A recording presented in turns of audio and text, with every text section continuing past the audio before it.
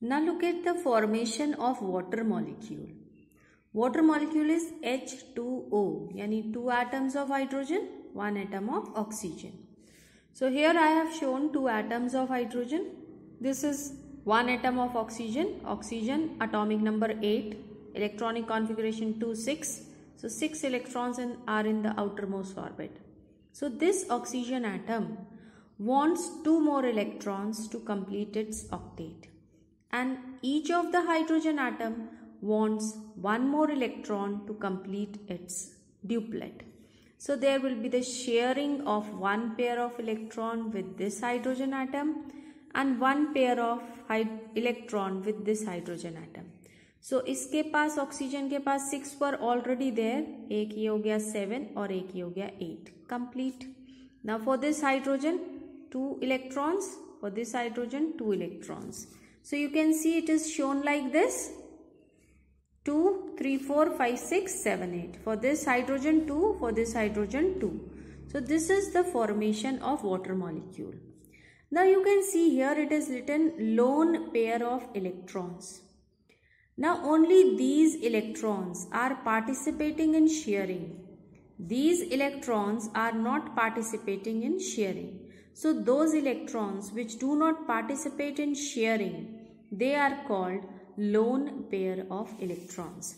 So you can see the electron dot structure also, hydrogen atoms, this is oxygen. Now here it is sharing of electrons, a bond, single bond is formed between these two.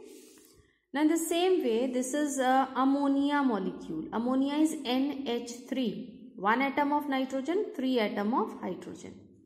Ammonia has 5 nitrogen has 5 electron in its outermost orbit. So it wants 3 more electron to complete its octet.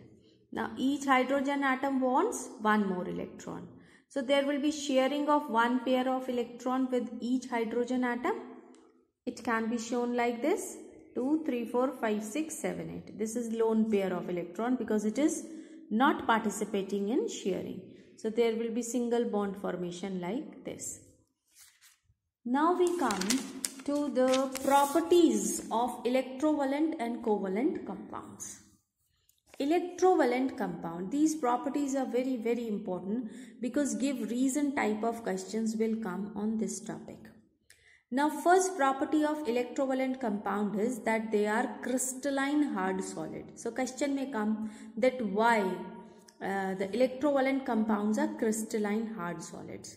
Reason is because this type of bond is formed between two ions, cation and anion. हमने देखा था एक पे positive charge आता है, एक पे negative.